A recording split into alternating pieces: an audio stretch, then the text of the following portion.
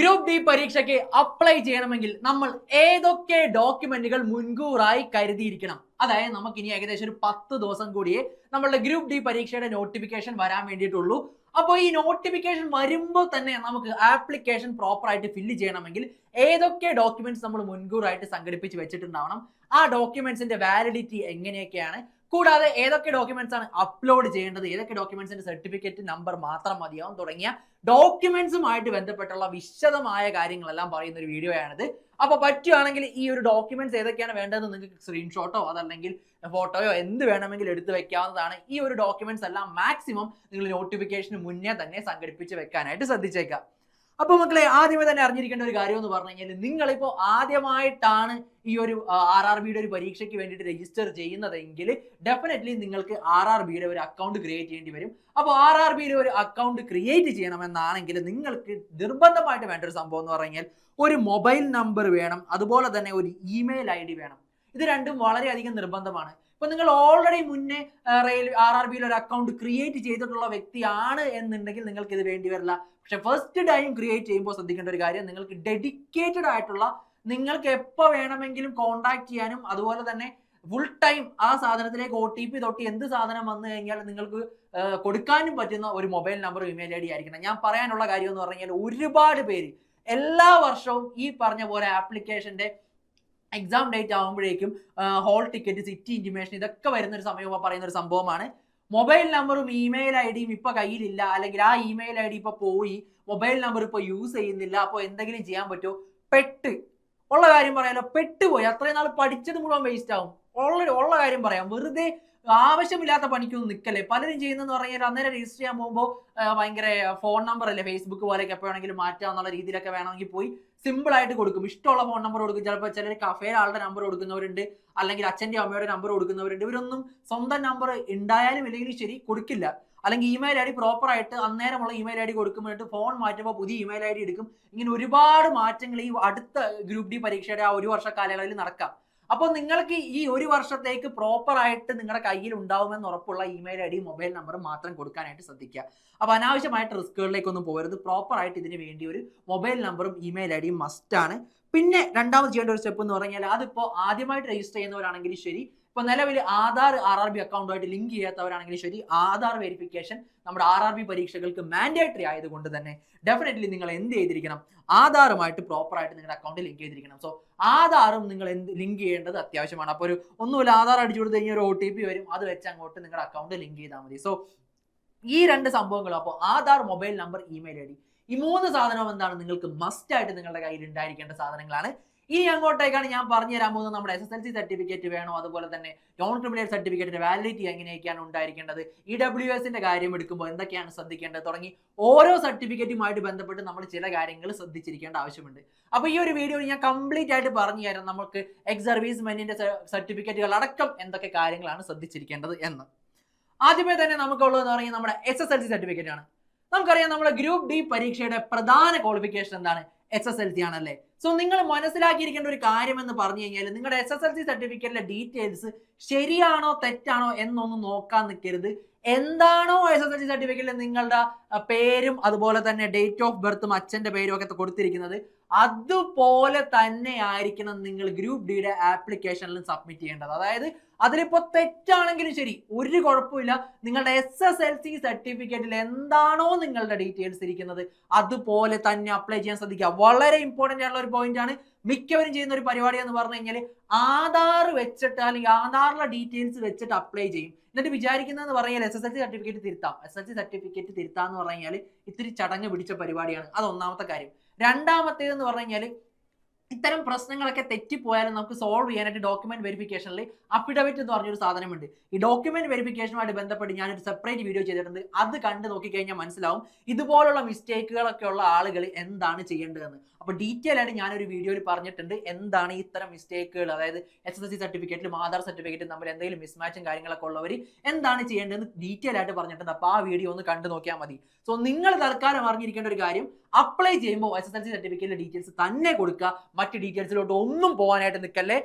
പ്രത്യേകിച്ച് നിങ്ങളുടെ പേര്, ഡേറ്റ് ഓഫ് ബർത്ത്, അച്ഛന്റെ പേര്, ഈ വക കാര്യങ്ങളൊക്കെ ആധാറിലെ പേര് അനുസരിച്ച് കൊടുക്കാൻ നിൽക്കരുത്. SSLC സർട്ടിഫിക്കറ്റിലെ പേരനുസരിച്ച് കൊടുക്കാനായിട്ട് എപ്പോഴും ശ്രദ്ധിക്കുക. ഓക്കെ, പിന്നെ സർട്ടിഫിക്കറ്റുകളായിട്ട് നമുക്ക് SSLC സർട്ടിഫിക്കറ്റ് അപ്ലോഡ് ചെയ്യേണ്ട ആവശ്യം വരുന്നില്ല. നമുക്ക് സർട്ടിഫിക്കറ്റിന്റെ നമ്പറും തുടങ്ങിയ കാര്യങ്ങളൊക്കെ മതിയാവും. ഇവിടെ RRBയുടെ ഗ്രൂപ്പ് ഡിയുടെ ഒരു ഇമ്പോർട്ടന്റ് ആയിട്ടുള്ള ഒരു പോയിന്റ് ആണ്, നമ്മൾ സർട്ടിഫിക്കറ്റ് ആയിട്ട് ആകെ അപ്ലോഡ് ചെയ്യേണ്ടി വരുന്ന ഒരേ ഒരു സാധനം എന്ന് പറഞ്ഞാൽ നമ്മുടെ സിഗ്നേച്ചർ മാത്രമാണ്. മറ്റൊന്നും നമ്മൾ ലൈവായിട്ട് സർട്ടിഫിക്കറ്റ് രൂപത്തിൽ അപ്ലോഡ് ചെയ്ത് കൊടുക്കേണ്ട ആവശ്യം നമുക്കില്ല. SSLC സർട്ടിഫിക്കറ്റ് ആണെങ്കിലും ശരി, ഇതിന്റെ നമ്പർ മതിയാവും. ഈ ഡീറ്റെയിൽസ് ഫില്ല് ചെയ്യുമ്പോൾ ശ്രദ്ധിക്കുക. ഇനി ഭൂരിഭാഗം പേർക്കുള്ള സംശയങ്ങളാണ് നമ്മളുടെ റിസർവേഷൻ ക്ലെയിം ചെയ്യുമ്പോൾ നോൺ ക്രിമിലെയർ EWS സർട്ടിഫിക്കറ്റുമായിട്ട് ബന്ധപ്പെട്ട സംശയങ്ങൾ. ഇവിടെ നോൺ ക്രിമിലെയർ സർട്ടിഫിക്കറ്റ് നിങ്ങൾ എടുക്കുമ്പോൾ ശ്രദ്ധിക്കേണ്ട ഒന്നാമത്തെ കാര്യം എന്ന് പറഞ്ഞു കഴിഞ്ഞാൽ, നോട്ടിഫിക്കേഷനിൽ നിങ്ങളോട് പറഞ്ഞിട്ടുണ്ടാവും അനക്സ്റ്റർ 3, അനക്സ്റ്റർ 2 പോലെയൊക്കെ തന്നെ അതേ ഫോർമാറ്റിൽ ഫില്ല് ചെയ്തുകൊണ്ട് വരണം. ഒന്നിനും ആവശ്യവുമില്ല. നിങ്ങൾ സിംപിളി നിങ്ങൾക്ക് ഒരു നോൺ ക്രിമിലെയർ സർട്ടിഫിക്കറ്റ് റെയിൽവേ പരീക്ഷയ്ക്ക് വേണോ, ആകെ ചെയ്യേണ്ട ഒരു കാര്യം എന്ന് പറയാൻ നേരെ നിയർ ബൈ അക്ഷയ സെന്ററിലോ സേവാ കേന്ദ്രത്തിലോ എവിടെ വേണമെങ്കിലും പോവുക. അതിനുശേഷം ഒരു നോൺ ക്രിമിലെയർ സർട്ടിഫിക്കറ്റ് അപ്ലൈ ചെയ്യുക. നോൺ ക്രിമിലെയർ അപ്ലൈ ചെയ്യുമ്പോൾ ശ്രദ്ധിക്കേണ്ട ഒരേ ഒരു കാര്യം, ഇത് സെൻട്രൽ ഗവൺമെന്റ് പരീക്ഷയ്ക്കാണെന്ന് പറയാം. പോട്ടെ, ഇനി റെയിൽവേയുടെ പരീക്ഷയ്ക്കാണെന്ന് പറഞ്ഞാലും തെറ്റൊന്നുമില്ല. കാരണം സെൻട്രൽ ഗവൺമെന്റ് പരീക്ഷയ്ക്ക് നോൺ ക്രിമിലെയർ സർട്ടിഫിക്കറ്റ് ഇഷ്യൂ ചെയ്യേണ്ടത് തഹസിൽദാരാണ്. അപ്പോൾ ഇവിടെ നമ്മൾ നോക്കിക്കഴിഞ്ഞാൽ മനസ്സിലാവുന്ന ഒരു കാര്യം, നിങ്ങളുടെ റെയിൽവേയുടെ നോട്ടിഫിക്കേഷൻ വരുമ്പോൾ നിങ്ങൾക്ക് മനസ്സിലാവും അവിടുത്തെ അനക്സ്റ്ററിൽ കൊടുത്തിട്ടുണ്ടാവുന്ന ഒരു ഫോർമാറ്റ് ഒക്കെ ഉണ്ട്. പലരും ചെയ്യുന്നതെന്ന് പറഞ്ഞാൽ ആ ഫോർമാറ്റ് പോയി പ്രിന്റ് ഒക്കെ എടുത്ത് അത് ഫില്ലൊക്കെ ചെയ്ത് പോയി ഡിസ്ട്രിക്ട് കളക്ടറുടെ കയ്യിൽ നിന്നൊക്കെ സാധനങ്ങളൊക്കെ എഴുതി വാങ്ങിച്ചുകൊണ്ടൊക്കെ വരും. കാരണം നോട്ടിഫിക്കേഷനിൽ അങ്ങനെയാണ് പറഞ്ഞിരിക്കുന്നത് എന്നൊക്കെ പറഞ്ഞ് അതിന്റെ ഒരാവശ്യമില്ല. നിങ്ങൾക്ക് അക്ഷയ കേന്ദ്രത്തിൽ നിന്ന് കിട്ടുന്ന നോൺ ക്രിമിലെയർ സർട്ടിഫിക്കറ്റ് ഈ റെയിൽവേയുടെ നോട്ടിഫിക്കേഷൻ തന്നിരിക്കുന്ന അതേ ഫോർമാറ്റിലാണ്. സോ അതിലൊന്നും ഒരു ടെൻഷന്റെ ആവശ്യമില്ല. തഹസിൽദാർ ഇഷ്യൂ ചെയ്തിട്ടുള്ള ആ ഒരു സർട്ടിഫിക്കറ്റ് പ്രോപ്പർലി വാലിഡ് ആണ്. അപ്പോൾ ആ ഒരു കാര്യത്തിൽ ഒരു ടെൻഷനും വേണ്ട. നിയർ ബൈ അക്ഷയ കേന്ദ്രത്തിൽ പോയിട്ട് ഒരു നോൺ ക്രിമിലെയർ സർട്ടിഫിക്കറ്റിന് അപ്ലൈ ചെയ്യുക. സെൻട്രൽ ഗവൺമെന്റ് പരീക്ഷയ്ക്കാണെന്ന് പറയാം, അപ്പോൾ തഹസിൽദാർ ഒരു സർട്ടിഫിക്കറ്റ് ഇഷ്യൂ ചെയ്യും. കാരണം സ്റ്റേറ്റ് ഗവൺമെന്റ് പരീക്ഷയ്ക്കാണെങ്കിൽ വില്ലേജ് ഓഫീസറാണ് ഇഷ്യൂ ചെയ്യുന്നത്. അപ്പോൾ അത്രയും കാര്യം ശ്രദ്ധിച്ചിരുന്നാൽ മതി.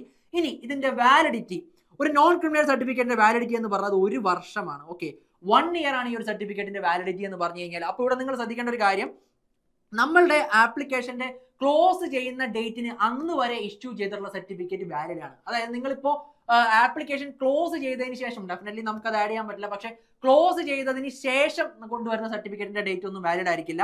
നിങ്ങൾ ആപ്ലിക്കേഷന്റെ ഒരു ഡേറ്റ്, നമ്മൾ അപ്ലൈ ചെയ്യാനുള്ള ഡേറ്റ് ക്ലോസ് ചെയ്യുന്നതിന് മുന്നേ വരെ എടുത്തിട്ടുള്ള എല്ലാ നോൺ ക്രിമിലെയർ സർട്ടിഫിക്കറ്റും വാലിഡ് ആയിരിക്കും. സോ ആ കാര്യത്തിൽ ഒരു ടെൻഷനും വേണ്ട. ഇവിടെയും നിങ്ങൾ അപ്ലോഡ് ചെയ്ത് കൊടുക്കുകയാണ്, ജസ്റ്റ് സർട്ടിഫിക്കറ്റ് നമ്പർ മാത്രം കൊടുത്താൽ മതി, അതല്ലാതെ സർട്ടിഫിക്കറ്റ് ഡയറക്റ്റ്ലി അപ്ലോഡ് ചെയ്ത് കൊടുക്കണ്ട. ഇനി EWS സർട്ടിഫിക്കറ്റിലേക്ക് വരുമ്പോൾ ഇവിടെ ശ്രദ്ധിക്കേണ്ട ഒരു കാര്യം എന്ന് പറഞ്ഞു കഴിഞ്ഞാൽ, EWS സർട്ടിഫിക്കറ്റിൽ നിങ്ങൾ ഇൻകമും അസറ്റ് സർട്ടിഫിക്കറ്റിന്റെ കാര്യങ്ങളാണ് പ്രൊഡ്യൂസ് ചെയ്യേണ്ടത്. അപ്പോൾ EWS, അതായത് എക്കണോമിക്കലി വീക്കർ സെക്ഷൻസിന്റെ റിസർവേഷൻ ക്ലെയിം ചെയ്യണമെന്നുണ്ടെങ്കിൽ ഇൻകമും അസറ്റും കഴിഞ്ഞ ഫിനാൻഷ്യൽ ഇയർ, അതായത് ഇപ്പൊ നടന്നുകൊണ്ടിരിക്കുന്ന ഈ ഫിനാൻഷ്യൽ ഇയറിനെ ബേസ് ചെയ്തിട്ടായിരിക്കണം. അതായത് April 1 ശേഷം, ഇപ്പൊ നമുക്ക് നോക്കിക്കഴിഞ്ഞാൽ അറിയാം 25-26 ഫിനാൻഷ്യൽ ഇയർ ആണ് നടക്കുന്നത്. അപ്പോൾ ഈ പറഞ്ഞിട്ടുള്ളത് പോലെ തന്നെ കഴിഞ്ഞ വർഷത്തെ April 2025 ശേഷം ഇഷ്യൂ ചെയ്തിട്ടുള്ള EWS സർട്ടിഫിക്കറ്റ് വേണം നമുക്ക് നിർബന്ധമായിട്ടും വേണ്ടത്. അതല്ലാതെ അതിന് മുന്നേ ഉള്ള EWS സർട്ടിഫിക്കറ്റ് കൊണ്ടുവരരുത്. ഇവിടെ പലർക്കും ഉള്ള കൺഫ്യൂഷൻ, OBSന് 1 ഇയർ വാലിഡിറ്റി ആണല്ലോ. അപ്പോൾ വിചാരിക്കുന്നതെന്ന് പറഞ്ഞാൽ കഴിഞ്ഞ വർഷം ഏപ്രിലിന് മുന്നേ എടുത്ത സർട്ടിഫിക്കറ്റ് ആണെങ്കിൽ ഇപ്പോൾ ജനുവരി ഫെബ്രുവരി ആവുന്നേ ഉള്ളൂ. സോ ആ ഒരു സർട്ടിഫിക്കറ്റ് വാലിഡ് ആയിരിക്കില്ല എന്ന് വിചാരിക്കും, പക്ഷെ അത് തെറ്റാണ്.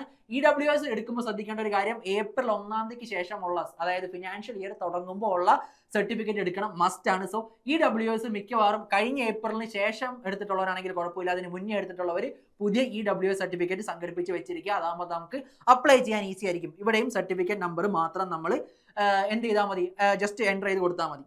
ഇനി കാസ്റ്റ് സർട്ടിഫിക്കറ്റിലേക്ക് വരുമ്പോൾ ശ്രദ്ധിക്കേണ്ട ഒരു കാര്യം, കാസ്റ്റ് സർട്ടിഫിക്കറ്റിലേക്ക് വരുമ്പോൾ ഒരു ഇമ്പോർട്ടന്റ് ആയിട്ടുള്ള കാര്യം എന്ന് പറഞ്ഞാൽ ഇതിൽ ലൈഫ് ലോങ് വാലിഡിറ്റി ആണുള്ളത്. അതായത് നിങ്ങൾക്ക് ഡെഫിനറ്റ്ലി നിങ്ങളുടെ കാസ്റ്റ് ഇൻകമിന്റെ ഒന്നും ബേസ് ചെയ്തല്ലാത്തത് കൊണ്ട് തന്നെ നമുക്ക് എന്ത് മനസ്സിലാക്കിയിരിക്കാനായിട്ട് പറ്റും, SC ST സർട്ടിഫിക്കറ്റ് നിങ്ങൾ മുന്നേ എപ്പോഴെങ്കിലും എടുത്തിട്ടുണ്ട്, കമ്മ്യൂണിറ്റി സർട്ടിഫിക്കറ്റ് എടുത്തിട്ടുണ്ടെങ്കിൽ അത് കൊടുത്താൽ മതി. അതല്ലാതെ ഇന്ന വർഷത്തെ വാലിഡിറ്റി ഒന്നുമില്ല, പണ്ടത്തെ ഏതെങ്കിലും ഒരു SC ST സർട്ടിഫിക്കറ്റ് കൊടുത്തിട്ടുണ്ടെങ്കിൽ അത് പ്രോപ്പർലി വാലിഡ് ആണ്. സോ ആ ഒരു കാര്യത്തിൽ ആർക്കും ഒരു ടെൻഷന്റെ ആവശ്യമില്ല. SC ST സർട്ടിഫിക്കറ്റിന്റെ കാര്യത്തിൽ ഒരു ടെൻഷനും വേണ്ട.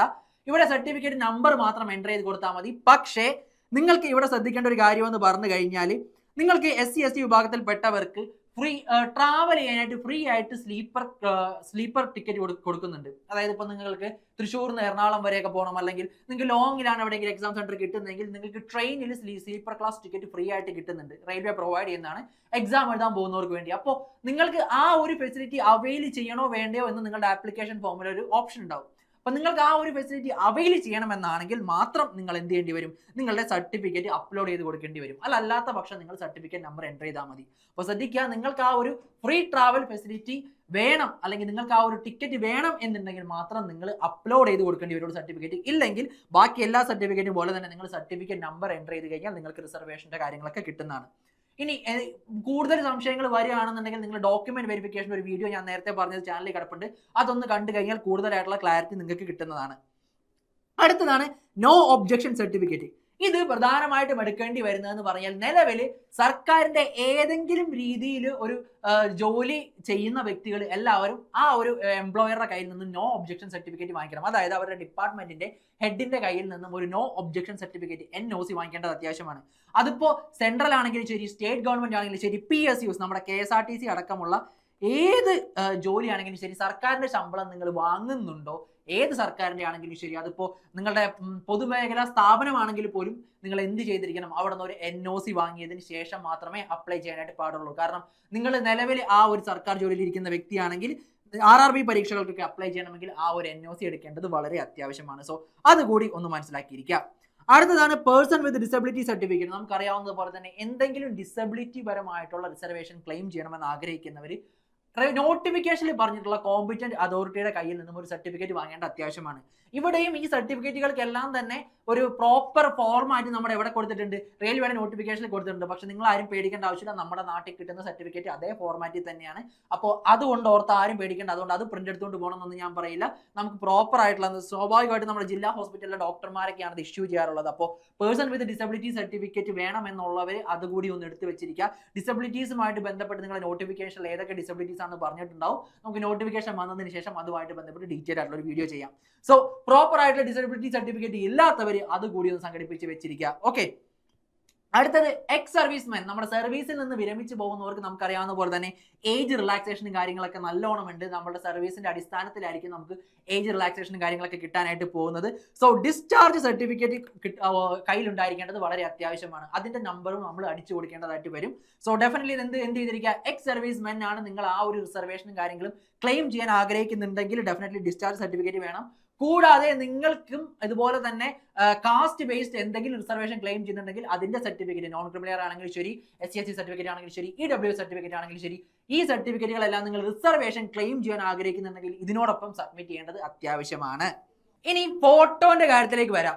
ഫോട്ടോന്റെ കാര്യത്തിൽ നിങ്ങൾ പേടിക്കേണ്ട ആവശ്യമൊന്നുമില്ല. പണ്ടത്തെ പോലെ നിങ്ങൾ ലൈറ്റ് ബാക്ക്ഗ്രൗണ്ടിലുള്ള ഒരു പാസ്പോർട്ട് സൈസ് ഫോട്ടോ ഒന്നും സംഘടിപ്പിച്ച് വെക്കേണ്ട ഒരാവശ്യമില്ല. നിങ്ങൾക്ക് ഇനി മുതൽ ലൈവ് ഫോട്ടോയാണ്. അപ്പോൾ ലൈവായിട്ട് തന്നെ നിങ്ങളുടെ സിസ്റ്റത്തിന്റെ അല്ലെങ്കിൽ കമ്പ്യൂട്ടറിന്റെ വെബ് ക്യാം ഒക്കെ ഉപയോഗിച്ചിട്ട് ഡയറക്ട്ലി ലൈവ് ഫോട്ടോ ക്യാപ്ചർ ചെയ്ത ഫോട്ടോ ആയിരിക്കും എക്സാമിനേഷന് വേണ്ടിയിട്ട് യൂസ് ചെയ്യാനായിട്ട് പോകുന്നത്. അവിടെ നിങ്ങൾ ശ്രദ്ധിക്കേണ്ട ഒരു കാര്യം എന്ന് പറഞ്ഞു കഴിഞ്ഞാൽ നിങ്ങൾ സ്പെക്സ് യൂസ് ചെയ്യാൻ പാടില്ല. അതുപോലെ തന്നെ ഫേസ് പ്രോപ്പർ ആയിട്ട് വിസിബിൾ ആയിരിക്കണം. നിങ്ങൾ നോൺ വൈറ്റ് കളറിലുള്ള ഒരു ഡ്രസ്സ് ഇടണം. അങ്ങനെ കുറച്ച് ഫോർമാറ്റും കാര്യങ്ങളൊക്കെ അതിന് പറയുന്നുണ്ട്. അത് നമുക്ക് നോട്ടിഫിക്കേഷൻ വരുമ്പോൾ ഡീറ്റെയിൽ ആയിട്ട് ഡിസ്കസ് ചെയ്യാം എങ്ങനെയാണ് ചെയ്യേണ്ടത്. സോ ഫോട്ടോ നിങ്ങൾ സംഘടിപ്പിച്ച് വെച്ചില്ലെങ്കിലും കുഴപ്പമൊന്നുമില്ല. സോ ഫോട്ടോന്റെ കാര്യത്തിൽ ആർക്കും ടെൻഷൻ ഒന്നും വേണ്ട. ലൈവ് ഫോട്ടോഗ്രാഫ് ആയിരിക്കും നിങ്ങൾക്ക് യൂസ് ചെയ്യേണ്ടി വരുന്നത്. ഇനി അടുത്തൊരു സംഭവം എന്ന് പറയുന്നത് നിങ്ങളുടെ സിഗ്നേച്ചർ ആണ്. ആകെ കൂടി നിങ്ങൾ എല്ലാവരും അപ്ലൈ ചെയ്യുന്നത് എല്ലാവരും അപ്ലോഡ് ചെയ്യേണ്ട ഒരേ ഒരു ഡോക്യുമെന്റ് എന്ന് പറഞ്ഞു കഴിഞ്ഞാൽ നമ്മുടെ സിഗ്നേച്ചർ ആണ്. അപ്പോൾ സിഗ്നേച്ചറിൽ നിങ്ങൾ ശ്രദ്ധിക്കേണ്ട ഒരു കാര്യം എന്ന് പറഞ്ഞാൽ ഇത് JPEG ഫോർമാറ്റിലായിരിക്കണം അപ്ലോഡ് ചെയ്യേണ്ടത്. കൂടാതെ ബ്ലാക്ക് കളർ പെൻ ഉപയോഗിച്ചിട്ട് വേണം നിങ്ങൾ ഈ സാധനം സൈൻ ചെയ്യാനായിട്ട്. അതായത് ഒന്നുമില്ല, നേരെ ഒരു വൈറ്റ് പേപ്പർ എടുക്കുക, നിങ്ങളുടെ സിഗ്നേച്ചർ ഇടുക, എന്നിട്ട് ഏതെങ്കിലും ക്യാം സ്കാനറോ ആപ്പുകളോ ഉപയോഗിച്ചിട്ട് നിങ്ങളുടെ സിഗ്നേച്ചർ ഒന്ന് സ്കാൻ ചെയ്യുക, അതിനുശേഷം അങ്ങോട്ട് അപ്ലോഡ് ചെയ്യുക. ഇതിന്റെ ഫോർമാറ്റും കാര്യങ്ങളൊക്കെ നോട്ടിഫിക്കേഷനിൽ പറഞ്ഞിട്ടുണ്ടാവും. ഇനി ഇതൊക്കെ നമുക്ക് തന്നെ ചെയ്യാവുന്ന സംഭവങ്ങളേ ഉള്ളൂ. അതല്ല ഇനിയിപ്പോൾ കമ്പ്യൂട്ടർ പ്രോപ്പറായിട്ട് യൂസ് ചെയ്ത് അത്ര ഒരു ടച്ച് കുറവുണ്ട്, അല്ലെങ്കിൽ എനിക്ക് സ്വന്തമായിട്ട് ചെയ്യാൻ കോൺഫിഡൻസ് ഇല്ല എന്നാണെങ്കിൽ നിങ്ങൾ നിയർ ബൈ അക്ഷയ സെന്ററിലോ കഫേകളിലോ ഒക്കെ പോവാം. ഇവിടെ ശ്രദ്ധിക്കേണ്ട ഒരു കാര്യം എന്ന് പറഞ്ഞാൽ അവരുടെ നമ്മുടെ ഫോൺ നമ്പറും ഇമെയിൽ ഐഡിയും യാതൊരു കാരണവശാലും തെറ്റാതെ അവർ കൊടുത്തിട്ടുണ്ടെന്നും ശ്രദ്ധിച്ചേക്കണം. വേറെ ഒന്നും ശ്രദ്ധിക്കേണ്ട ആവശ്യമില്ലെങ്കിലും, കാരണം ബാക്കിയൊക്കെ നമുക്ക് വേണമെങ്കിൽ എഡിറ്റ് ചെയ്യാനായിട്ട് പറ്റുന്ന ഒരു സംഭവങ്ങളാണ്. പക്ഷേ നമ്മുടെ മൊബൈൽ നമ്പർ, ഇമെയിൽ ഐഡി, ഈ രണ്ട് സാധനങ്ങളും നമ്മുടെ തന്നെയല്ലേ കൊടുത്തേക്കുന്നത്. അതുപോലെ തന്നെ നമ്മളും ഉറപ്പുവരുത്തുക ഈ സിമ്മും സാധനങ്ങളൊക്കെ കുറേ കാലങ്ങളായിട്ട് നമ്മുടെ കയ്യിൽ തന്നെ ഉണ്ടാവുമെന്ന്. ഇപ്പോൾ നമ്മൾ പറയാണ്, എന്താ പറയാ, അച്ഛൻ്റെയോ അമ്മയുടെയോ ഫോണൊക്കെ കൊടുക്കുന്നതിൽ തെറ്റില്ല. പക്ഷെ അച്ഛനും അമ്മയും വേറെ നമ്പറുകളൊന്നും എടുക്കാതിരിക്കാൻ ശ്രദ്ധിക്കണം. കാരണം ഈ ഫോൺ നമ്പർ തന്നെ ഒരുപാട് കാലം നമുക്കിനി ആവശ്യമുള്ളതാണ്. നമ്മുടെ സിറ്റി ഇന്റിമിനേഷന്റെ സമയത്താണെങ്കിലും ശരി, നമ്മൾക്ക് ഹോൾ ടിക്കറ്റിന്റെ സമയത്തൊക്കെ ആവശ്യമുള്ള ഒരു സംഭവമാണ് എന്ത് ഈ പറഞ്ഞിട്ടുള്ള നമ്മുടെ മൊബൈൽ നമ്പർ, ഇമെയിൽ ഐഡി. അപ്പോൾ അതിൽ നിങ്ങൾ നന്നായിട്ട് ഫോക്കസ് ചെയ്താൽ മതി. സിഗ്നേച്ചറിന്റെ ഫോർമാറ്റും കാര്യങ്ങളൊക്കെ നോട്ടിഫിക്കേഷനിൽ അവൈലബിൾ ആയിരിക്കും. അപ്പൊ മക്കളെ, ഇനി എത്ര ദിവസമുണ്ട് നമ്മുടെ ഗ്രൂപ്പ് ഡിയുടെ നോട്ടിഫിക്കേഷൻ വരാൻ? നോട്ടിഫിക്കേഷൻ വരുന്നത് വരെ കാത്തിരിക്കരുത് പഠിക്കാനായിട്ട്. ഞാൻ പറയുകയാണെങ്കിൽ ആവശ്യത്തിലധികം സമയം നമ്മുടെ മുന്നിലുള്ള ഒരു റെയിൽവേ പരീക്ഷയാണ് ഗ്രൂപ്പ് ഡി പരീക്ഷ. എങ്ങനെ പോയാലും 2026 ലാസ്റ്റിലെ ഈ ഒരു പരീക്ഷ നടക്കാനായിട്ട് പോകുന്നുള്ളൂ. അപ്പൊ ആവശ്യത്തിലധികം സമയം നമ്മുടെ മുന്നിലുണ്ട്.